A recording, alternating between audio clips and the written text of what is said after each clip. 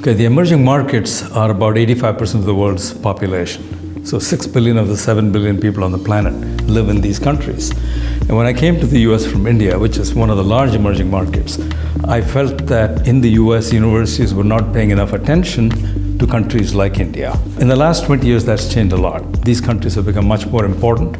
They account for about 2/3 of the world's growth, more than half the world's GDP, and companies and universities are starting to pay attention to them. So 15 years back, we founded the Center for Emerging Markets. The Center for Emerging Markets has projects in many countries. It's highly influential in terms of global thinking about emerging markets. The Center for Emerging Markets, it really epitomizes, I think, what the university is trying to do with the new academic plan. Again, global is a big piece of that, and we fit in well there.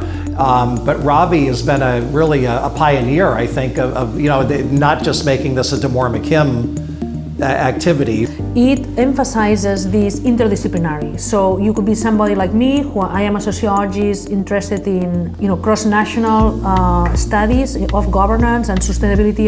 But there are also economists, there are also lawyers, there are practitioners. So it brings together again all these individuals to really think about emerging markets. What we learn there, we bring it to the classroom, and the students come to see it to the Center of Emerging Markets as well. I love when people have basic knowledge of 15 different things, multiple disciplines, and then they can navigate and they can have a conversation about different topics. They understand what that means. To me, that's very valuable. And especially in companies that, like I have run, or the companies that I see, you need people with multiple skills, multiple, knowledge in different areas, so they can become the future leaders of the organization. Even just starting from the fact that it's a Center for Emerging Markets, it attracts people from emerging markets, and that is an incredibly diverse set of people, right? Students and scholars from Brazil are different from those from China, from India, from Eastern Europe, and from Africa, and all those are already different perspectives. And I feel like this new wave of international business is interdisciplinary as well as it is diverse. We operate on 3 fronts: research, education of our students, and then outreach to the business community. In terms of research, we have now probably one of the best teams of faculty focused on the emerging markets at Northeastern University. And I think this is partly a result of people coming because other people are already here. So it's a virtuous cycle, and we've seen that play through.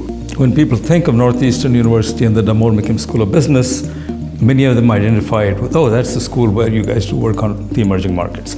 So I think on the academic front, we have made an impact. Several books by leading thought leaders at Northeastern University. And their contributions to the intellectual sphere has been really quite significant. It's very entrepreneurial in a way, and it's very similar to maybe like what the prototypical Northeastern student might be. Going after what they want to do and going after what they want to learn and doing things out of the ordinary, not following the cookie cutter path of a traditional college career, right? You're not just going to classes, you're not just doing summer internships, you're creating events, you're learning about things in different countries, you're going to these places, you're talking to senior executives and going after them and having these conversations and having a different experience.